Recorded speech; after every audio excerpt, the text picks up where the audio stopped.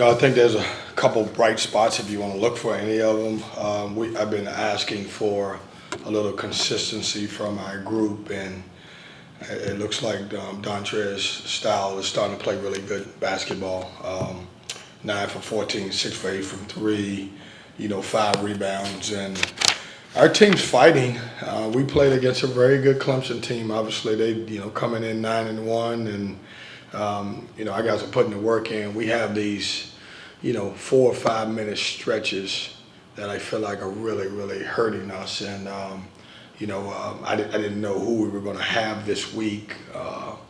Ben and Dontrez didn't practice last couple of days because they had flu-like symptoms, and same thing with Breon Pass. And then right before the game, Brandon decided that he couldn't go, and so I give our guys credit on a moral victory, but I give us credit for the way we came out and fought against a really good team under the adversity that we had we went through. That being said, we just got to figure out. We got to get better. We got to figure out these stretches. Our defense is still doing a great job of carrying us through most of these games, and obviously it looks like when we get in trouble, we don't score the basketball. So, questions? Kevin, Duke and then now Clemson, those are two of the top teams in the standings. You feel like you're miles away from them? How close do you feel like you are to those two teams? If you look at those two games, you say you're right there. You look at them and you say, man, we have gotten better.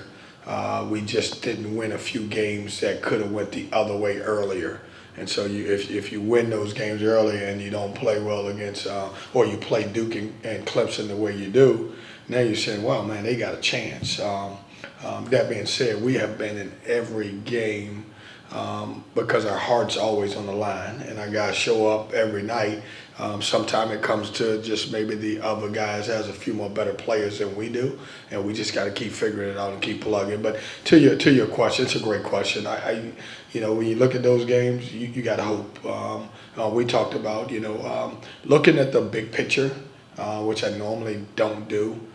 In our league, it's going to be 9, 10 teams that have to at some point win their league to go, because we're just not getting many in there. Can we continue to get better, and can we win some games down the road to put ourselves in that position? So, I think you kind of keep the morale up. Like you said, you're right there, but when the losses start to stack, it's hard not to see that.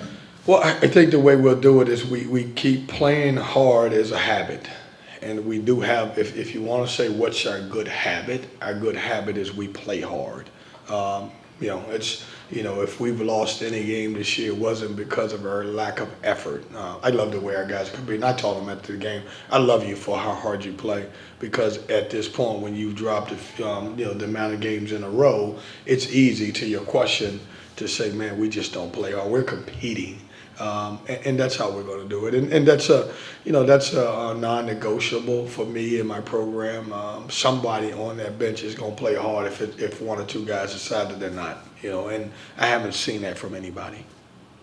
I'm not normally a big plus-minus guy, but when you have Ben without Brandon, you have to give him a little pep talk on how important he is to stay on the floor. Yeah, I do. And, it's tough because, it's so much pressure. And some of that, JC, comes down to who you're playing against. I mean, we're playing against, the biggest front court probably in the ACC. And, they knew that there was no Brandon also. So they're going to make an effort to get the ball inside and try to get him in foul trouble. We talked about it. But, obviously, he's so aggressive. The reason why he's blocking shots, you don't want to kind of take that part away from him because he's aggressive on each one. But we have talked about, hey, you got to stay in the game, especially under these circumstances with, because, Brandon, without Brandon, and obviously then you got to go down to Ish, who's kind of more of a 4 or 5 than a 5 anyway. Kevin, besides Dontrez with 24, how much do you think Paul and Trey helped out once again? I think they're doing well. I mean, there are stretches where they're really good, and then there are stretches where they're freshmen, and that's not their fault. I mean, they're freshmen, and so I think when you look at those two and even Bryce, they have some great moments. Like I thought Paul came in and had great moments. Then I thought he got tired. I thought he got took a couple tough ones at that time. And so it's a balancing act with these younger dudes, how to get them experience and continue to play.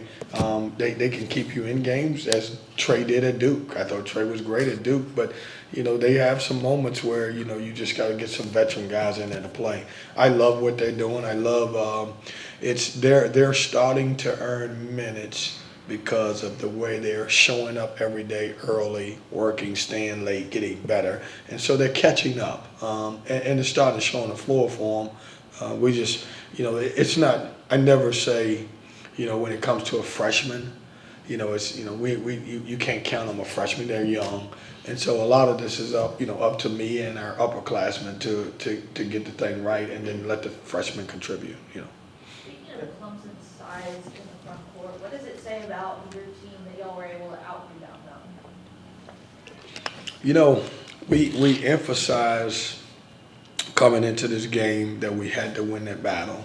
And, I thought our guys, I'll tell you, it was tough because, in practice, at times our 4s and 5 was Bryce and Dennis Parker because we didn't have those guys in. So we really, concentrated on you got to hit them before they hit you. But it's a lot. It's a win in that area, in that category, because we have gotten all rebounded.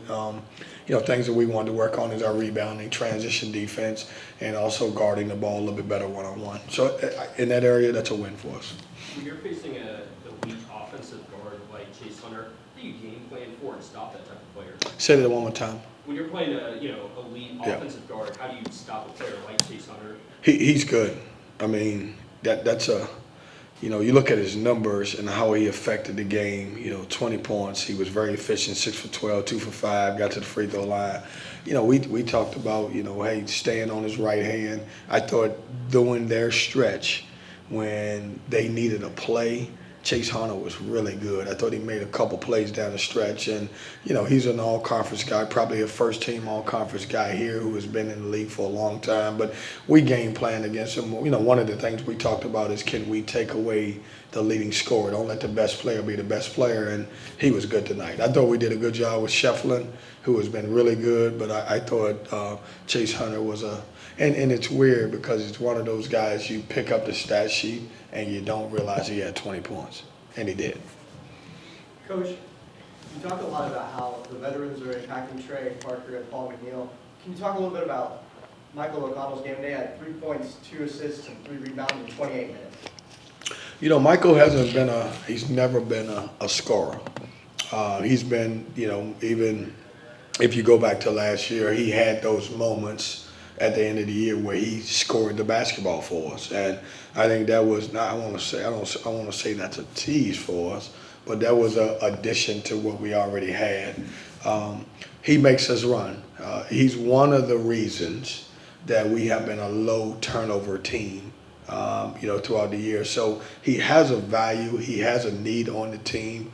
But if we're looking for him to score, then we have to go to the to the bench and get somebody else, and that's why Trey is starting to play more minutes because he provides a little bit more scoring than Michael does.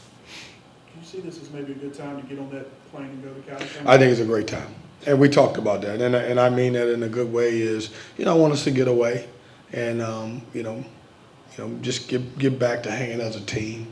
I never thought. And when I say this, we're going to play 2 really good teams on their home floor. But it's not so much about that. It's, hey, let's get away, clear our minds a little bit, see can we figure it out and move forward. And, you guys are covering us. We got all the fight in the world. We just we struggle offensively at times to get us over the hump to win the games. And we'll figure it out. I don't know when, but we'll figure it out. Thanks, Coach.